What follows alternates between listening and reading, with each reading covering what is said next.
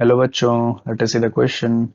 Question says, consider the following two carbonyl compounds. हमको यहाँ पे दो कार्बोनिल कंपाउंड्स दिए गए हैं. पहला टेक्नीशियम का जो है कार्बोनिल कॉम्प्लेक्स है और दूसरा नायोबियम का कार्बोनिल कॉम्प्लेक्स है. ठीक है. और हमसे कहा गया है select the incorrect statements for the given carbonyl compounds. और हमसे कहा गया है कि इसमें से कौन कौन से स्टेटमेंट इनकरेक्ट है वो हमें फाइंड आउट करना है. तो ये देखते हैं. तो फर्स्ट ऑफ ऑल जो पहला स्टेटमेंट है वो दिया गया है कि the technetium carbonyl complex acts as reducing agent and niobium hexacarbonyl complex acts as oxidising agent. Second है niobium complex acts as reducing agent and technetium complex acts as oxidising agent. Third option is niobium carbon bond order in niobium complex is greater than technetium carbon bond order in technetium complex. और fourth option दिया गया है the CO bond order is greater in niobium complex than in technetium complex. Okay. तो आइए हम जो है study करते हैं इसके बारे में.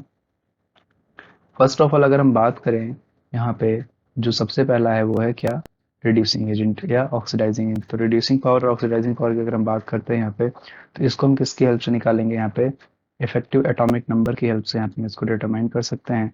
तो इफेक्टिव एटॉमिक नंबर क्या होता है, this is Z minus oxidation state plus 2 multiplied by Cn होता है यहाँ पे. तो अगर हम बात करें सबसे पहले टेक्नीशियम कॉम्प्लेक्स की, दैट इज TCCO6, यहाँ पे पॉजिटिव चार्ज है.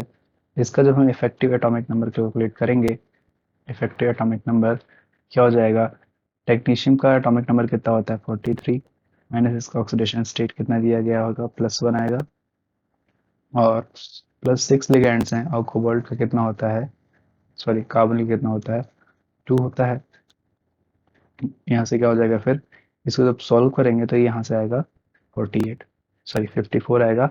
और 54 क्या होता है, atomic number of xenon. Atomic number of xenon यानी कि क्या है, ये अपने नियरेस्ट नोबल गैस का कॉन्फ़िगरेशन अचीव कर लेता है. इसी तरह अगर हम देखें यहाँ पे जो इफेक्टिव एटॉमिक नंबर हमारा आएगा of niobium in niobium hexacarbonyl complex. ठीक है. यहाँ पे अगर हम देखेंगे तो इसका इफेक्टिव एटॉमिक नंबर कितना आएगा, ये आएगा 41 प्लस 6 इंटू 2, ये भी कितना आएगा 54 आएगा सॉल्व करने पर. तो दिस इम्प्लाइज ये भी क्या है, ये भी एटॉमिक नंबर क्या है, एटॉमिक नंबर ऑफ जीनॉन. ठीक है. तो हम यहाँ पे क्या देख रहे हैं, दोनों ही जो कॉम्प्लेक्सेस हैं हमारे, इनके जो इफेक्टिव एटॉमिक नंबर क्या हैं, सेम है. अब इनके इफेक्टिव एटॉमिक नंबर जब सेम होंगे इसका मतलब क्या होगा, both the compounds both the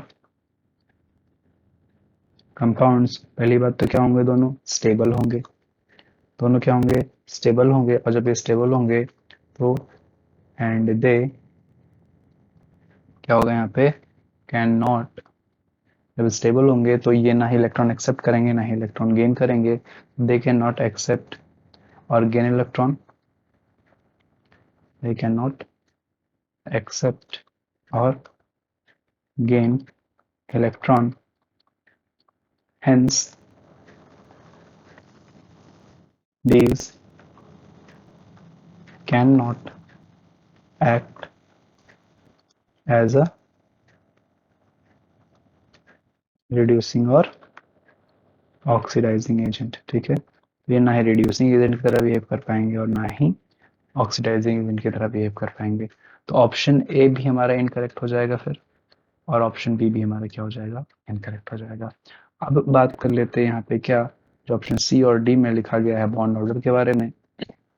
इनका बॉन्ड ऑर्डर भी अगर हम देखें तो बॉन्ड ऑर्डर में क्या होता है यहाँ पे, कि जैसे जैसे हम क्या कहेंगे, यहाँ पे पहले हमको दिया गया है नायोबियम और कार्बन की बॉन्ड ऑर्डर पूछी गई है. ठीक है. तो नायोबियम और कार्बन की जो बॉन्ड ऑर्डर होती है उसकी अगर हम बात करें यहाँ पे, तो नायोबियम और जो बॉन्ड ऑर्डर होगी कार्बन की, इसका जो एक्सटेंट होता है, मैं यहाँ पे ऐसा लिखूं कि extent of metal to carbonyl metal to carbonyl जो बैक बॉन्डिंग है जो पाई स्टार से होती है, metal to carbonyl back bonding in जो नाइबियम कॉम्प्लेक्स है, ये क्या होगा, इज ग्रेटर होगा, यहाँ पे क्या होगा, ये ज्यादा होगा देन इन टेक्नीशियम कॉम्प्लेक्स। ठीक है, तो क्या होगा, टेक्नीशियम कॉम्प्लेक्स में जो मेटल टू जो लिगैंड बैक बॉन्डिंग होगी वो नायोबियम से कम होगी। तो अगर ऑप्शन सी की हम बात करें तो इन्होंने क्या लिखा है, अब अगर क्या होगा यहाँ पे, हाँ, कि अगर मेटल टू जो लिगैंड जो बैक बॉन्डिंग है अगर ये इंक्रीज करेगी, दिस इंप्लाइज यहाँ पे क्या होगा, जो मेटल टू लिगैंड यानी कि यहाँ पे जो कार्बोनिल दिया गया है इसका जो बैक बॉन्डिंग बढ़ेगी तो इसका बॉन्ड ऑर्डर भी क्या होगा, इंक्रीज करेगा। बॉन्ड ऑर्डर भी क्या करेगा, इंक्रीज करेगा। तो ऑप्शन में क्या होगा, क्योंकि हमने कहा यहाँ पे कि नाइबियम कॉम्प्लेक्स में जो है बैक बॉन्डिंग ज्यादा हो रही है, दिस इंप्लाइज यहाँ पे मैं बोल सकता हूँ कि जो बॉन्ड ऑर्डर होगा, bond order of niobium complex will be greater than technetium complex. ठीक है, तो अगर ऑप्शन में देखें, ऑप्शन सी देखें तो यहाँ पे क्या लिखा है कि NBC niobium carbon bond order is greater than technetium carbon bond order, तो यानी कि इस स्टेटमेंट हमारा क्या हो जाएगा, सी करेक्ट हो जाएगा। ऑप्शन डी की बात करते हैं यहाँ पे कि the CO bond order is greater in niobium than in technetium. अब क्या होता है यहाँ पे मेटल है, ये कार्बोनिल है, कार्बोनिल को हम ऐसे लिखेंगे यहाँ पे। तो अगर मेटल और कार्बन के बीच की बैक बॉन्डिंग बढ़ेगी अगर, तो इनका बॉन्ड ऑर्डर बढ़ेगा, तो यहाँ पे फिर क्या हो जाएगा, कार्बन ऑक्सीजन की जो बैक बॉन्डिंग होगी वो घटने लगेगी। तो अभी हमने देखा कि जो बैक बॉन्डिंग है वो नायोबियम में अगर ज़्यादा हो रही है तो दिस इम्प्लाइज जो C डबल बॉन्ड O या C ट्रिपल बॉन्ड O का जो बॉन्ड ऑर्डर होगा वो क्या होगा, नायोबियम कॉम्प्लेक्स में क्या हो जाएगा, कम हो जाएगा then compare to technetium complex. यानी कि दिस बैक बॉन्डिंग यहाँ पे कम हो जाएगी, और जब बैक बॉन्डिंग कम हो जाएगी तो दिस इम्प्लाइज जो बॉन्ड ऑर्डर होगा वो भी क्या हो जाएगा, कम हो जाएगा। बैक बॉन्डिंग या बॉन्ड ऑर्डर भी क्या हो जाएगा, नाभियम कॉम्प्लेक्स में टेक्नीशियन कॉम्प्लेक्स से क्या होगा, कम रहेगा। ठीक है, तो ऑप्शन डी की अगर बात करें यहाँ पे, तो ऑप्शन डी में क्या लिखा है कि जो CO बॉन्ड ऑर्डर है वो नाइबियम कॉम्प्लेक्स में ज्यादा है then compare to technician complex, ये इनकरेक्ट होगा। तो ऑप्शन डी भी हमारा क्या हो जाएगा, इनकरेक्ट हो जाएगा। क्वेश्चन में हमसे पूछा गया था कि कौन कौन से स्टेटमेंट्स इसमें क्या हैं, इनकरेक्ट हैं।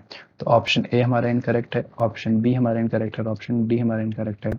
This will be the final answer. I hope you understood. Best of luck.